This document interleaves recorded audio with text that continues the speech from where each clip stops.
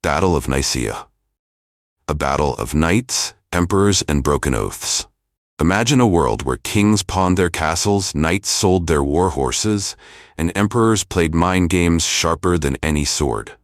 How did a ragtag collection of princes, peasants, and power-hungry Normans march across continents to lay siege to one of the most fortified cities in the medieval world? This is not just history, it's a medieval thriller. Emperor Alexios first Comnenus sitting in Constantinople, sipping his wine, when suddenly thousands of peasants, led by a scruffy preacher named Peter the Hermit, show up. These weren't knights in shining armor. They were farmers, beggars, and zealots who thought divine enthusiasm could substitute for military training. Spoiler, it couldn't. They stormed into Anatolia like a drunken mob at a medieval football match, only to be promptly annihilated by the Seljuks at Sivatote.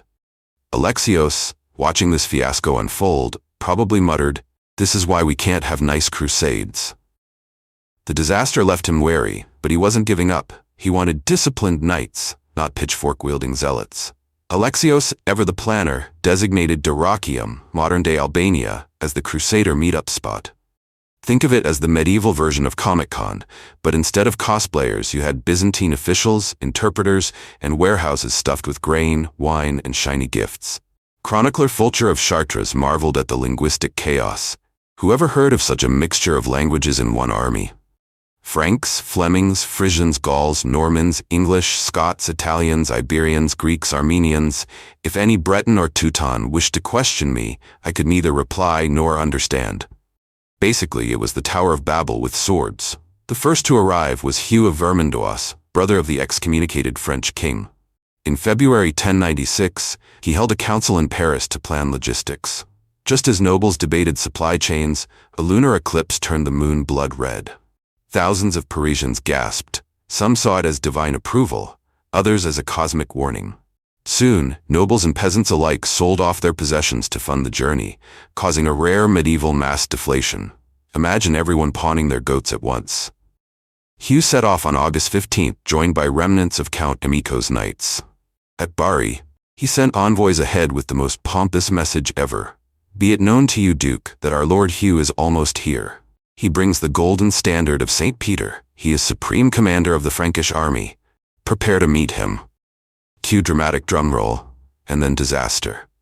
His fleet sank in the Adriatic. Hugh himself washed up shipwrecked near Dyrrhachium, looking less like a supreme commander and more like a drowned rat. Admiral Manuel Budamites rescued him, fed his survivors, and escorted him to Alexios. Talk about an awkward entrance. Next came Godfrey of Bouillon, Duke of Lorraine. Despite claiming descent from Charlemagne, his titles weren't hereditary, so his political position was shaky. When Pope Urban II preached the crusade, Godfrey jumped at the chance to trade instability for glory.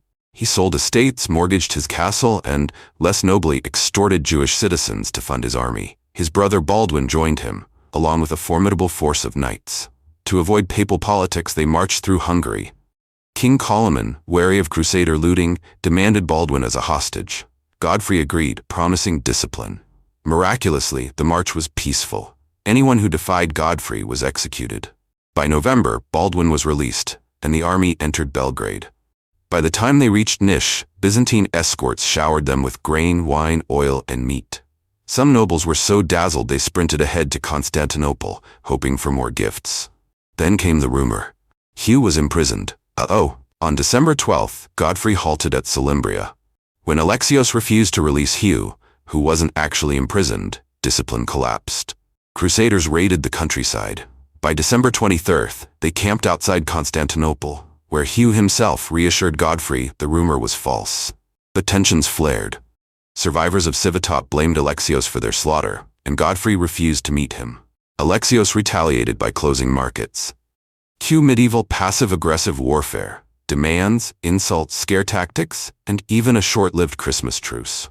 Then Alexios sent Pecheneг archers by ship to harass the camp. Godfrey responded by marching on Constantinople. Baldwin led 500 men to set the city gate on fire. Both sides suffered heavy casualties, but the attack failed. After 6 days of chaos, Alexios pulled a masterstroke. He offered his son John as a hostage to guarantee peace. Godfrey, stunned, entered Constantinople with a small entourage. Instead of vengeance, Alexios greeted him warmly. I have heard about you, that you are a powerful knight and a wise man. Because of this, I am taking you as my adopted son, and I am putting everything I possess in your power so that my empire can be freed and saved through you." Godfrey swore an oath not to harm imperial subjects and to return conquered lands to Alexios. Some chroniclers misread this as vassalage, but it was Alexios cleverly using Byzantine custom to secure loyalty without giving away land. Mercenaries usually got land and titles for such oaths. Here, Alexios gave gifts instead, and crowned himself supreme commander of the crusade. Godfrey ordered peace, boarded Byzantine ships, and crossed the Bosphorus with Hugh and Peter the Hermit. Finally, the third crusader force arrived, Bohemond of Taranto, the Norman adventurer disinherited by his father Robert Guiscard. Left with scraps of Taranto and Bari, Bohemond saw the crusade as his ticket to fortune and fame. And oh boy, he was about to make the whole enterprise far more complicated. Now pause for a sec. Welcome to the wild frontier of creativity. We don't follow trends, we are a community. Go to the comment section, drop a comment on your favorite scene of this story. Also smash that subscribe button and ring the bell to never miss a masterpiece. It was 1096, and Bohemond, Norman warlord extraordinaire, was busy helping his uncle lay siege to Amalfi. Siege warfare was slow, boring, and smelled of stale bread. Then came the news. A massive army was marching east, crosses on their shoulders, bound for the Holy Land. Bohemond, disinherited and hungry for glory, saw opportunity. He ripped his expensive garment into strips, fashioning makeshift crosses for his men. It was part piety, part marketing stunt. 500 knights and countless footmen abandoned the siege, eager to join this holy adventure. Amalfi was left scratching its head, wondering why half its besiegers had suddenly gone on pilgrimage. Bohemond, ever the strategist, ordered his men to land at multiple points along the Adriatic coast. This wasn't just logistics, it was insurance against storms and ambushes. By November 1st, they regrouped at Valona. He instructed discipline. Take only what you need. No plundering. Noble words, but reality laughed. At Castoria, their old base, the garrison refused supplies. The Normans responded with looting, and in Pelagonia, an entire Paulician community was wiped out. The Holy Crusade was already leaving a trail of blood. Marching along the Via Ignatia, the Normans met Peschenegg horse archers, nomadic warriors famed for hit-and-run tactics. Arrows rained down, horses darted in and out. The Normans, hardened veterans, held firm and captured several Pescheneggs, but when Bohemond learned they were acting under imperial orders, he released them. A Byzantine official soon arrived, smoothed things over, and supplied the Normans. Bohemond was playing a dangerous game, half enemy, half ally. Bohemond tried to contact Godfrey of Bouillon, proposing a joint strike against Byzantium. Unfortunately, his message arrived just as Godfrey was making peace with Alexios. Outnumbered, Bohemond chose diplomacy. Alexios welcomed his old rival with lavish hospitality. At a feast, Bohemond was offered cooked and raw meat just in case he feared poison. Ever cautious, he chose raw, cooking it himself like a paranoid chef. Later, speaking fluent Greek, he suggested Alexios appoint him Domestikos of the East, chief commander of Byzantine eastern lands. Alexios, master of subtle rejection, denied the request. Instead, he promised Bohemond lands east of Antioch and made him an imperial agent. Bohemond swore the same oath as other crusaders, then retired to quarters overflowing with coins, silk, and treasures. But not everyone was impressed. His fiery nephew Tancred refused Byzantine games. He crossed the Bosphorus immediately with most of the Norman force, eager for action. That same day, the largest crusader army arrived, half the total force. At its head was Raymond IV of Toulouse, richer and more powerful than the French king himself. He had inherited Provence, married Elvira of Aragon, linking him to Iberian royalty, and fought wars in Spain. Unlike others, Raymond had personally discussed the crusade with Pope Urban II. He was all in. He brought his wife, heir, nobles from southern France, and most importantly, Bishop Adhemar of Le Puy, the Pope's spiritual champion. Raymond's departure was delayed by his vast estates, and instead of the easy Bari route, he chose the brutal Dalmatian coast in winter. Slavic tribes harassed them, but eventually they reached Dyrrhachium. Byzantine Pescheneggs shadowed them, sparking paranoia. Controlling such a massive force was nearly impossible. Skirmishes broke out, several barons were killed, Bishop Adhemar himself was captured by Pechenegs, who nearly executed him, until one recognized his holy status and fled. At Thessaloniki, Adhemar and the wounded retreated, while the rest marched to Rodosto. Envoys invited Raymond to Constantinople. Fearing loss of leadership, he raced ahead, leaving his army leaderless. Predictably, they pillaged the countryside. Raymond was received with pomp, but when asked to swear an oath recognizing Alexios as commander and forbidden to claim land, he exploded in outrage. Bohemond tried to mediate, but when talks soured, he pledged Norman loyalty to Byzantium if Raymond rebelled. Alexios, ever the schemer, waited until Bohemond left, then whispered to Raymond, "The Normans are the real enemy. Stand with me against them." On April 26th, Raymond grudgingly swore a modified oath of non-aggression and crossed the Bosphorus with the others. Finally, the last Crusader army arrived, a combined force of 3 contingents. Robert, Duke of Normandy, son of William the Conqueror, had a history of family feuds. After a prank gone wrong, he fought his father and brothers. Defeated, he inherited only Normandy, while his brother got England. Civil war followed. Barons deserted him, and when the crusade call came, Robert jumped at the chance. He pawned Normandy for 10,000 marks of silver. Robert, Count of Flanders, whose father had made pilgrimage in 1089, pledged 500 Flemish warriors to Alexios. After receiving a personal letter from Pope Urban, he eagerly joined. Stephen of Blois, husband of Adela, daughter of William the Conqueror, wasn't moved by the Pope. But Adela was the real power in the household. She wanted him gone, so Stephen obeyed, leaving her in charge of his rich lands. Together, the 3 Roberts and Stephen crossed the Alps, met Pope Urban in Lucca for blessings, and marched to Bari. Robert of Flanders wasted no time. He crossed the Adriatic swiftly, his journey to Constantinople smooth and uneventful, except for one embarrassing hiccup. One of his vassals, perhaps thinking himself Odysseus reborn, tried to sail further south from the agreed route. The Byzantine fleet spotted him, and in a naval clash that was short, sharp, and humiliating, the vassal was sunk. Robert pressed on, unbothered, arriving in Constantinople with dignity intact. Meanwhile, Robert of Normandy and Stephen of Blois decided to wait until spring before setting out. Bad move. Their men, restless and hungry, began deserting en masse. Bows were sold off, coins pocketed, and many trudged back home. The crusade was proving less glamorous than the sermons had promised. Eventually, Robert of Normandy and Stephen of Blois did make it to Constantinople. Their reception was lavish: banquets, gifts, and Byzantine pomp. Stephen, ever the dutiful husband, wrote back to his wife Adela, "Your father, my love, gave many great presents, but he was almost nothing in comparison with this man." Alexios had outdone even William the Conqueror in generosity.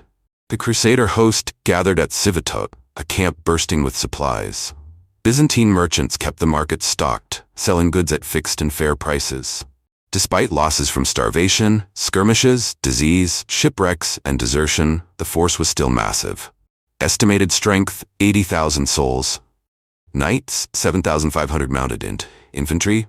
Camp followers, the rest, including cooks, smiths, and hopeful pilgrims. Each knight brought a warhorse, a palfrey, and a mule. Prominent knights brought triple that.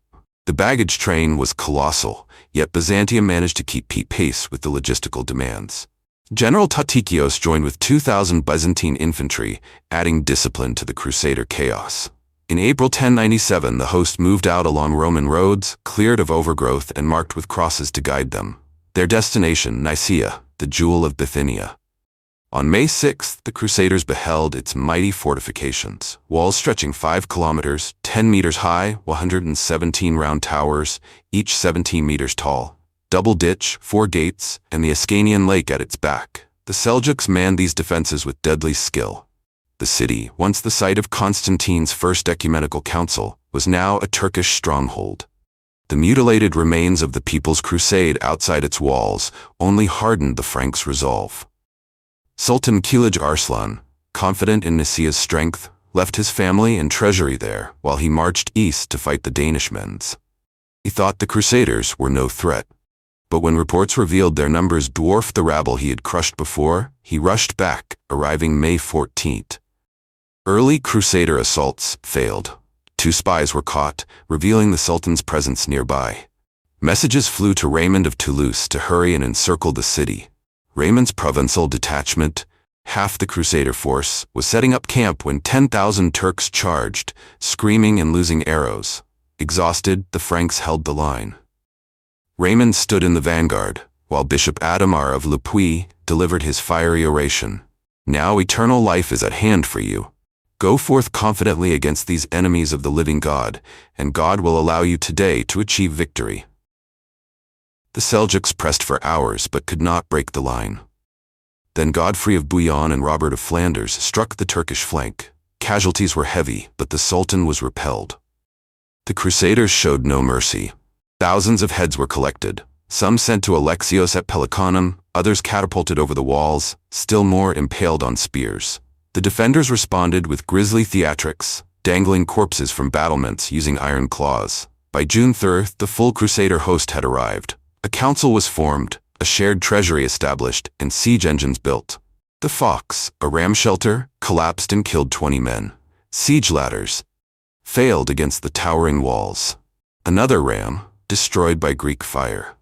The Turtle, Raymond's improved ram, reached the leaning tower of Gonatus.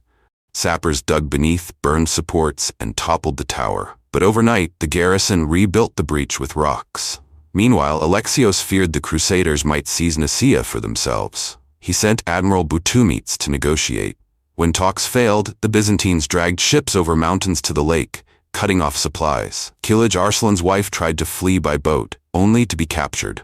Boutumites returned with a golden-lettered threat: surrender to the emperor, or face massacre.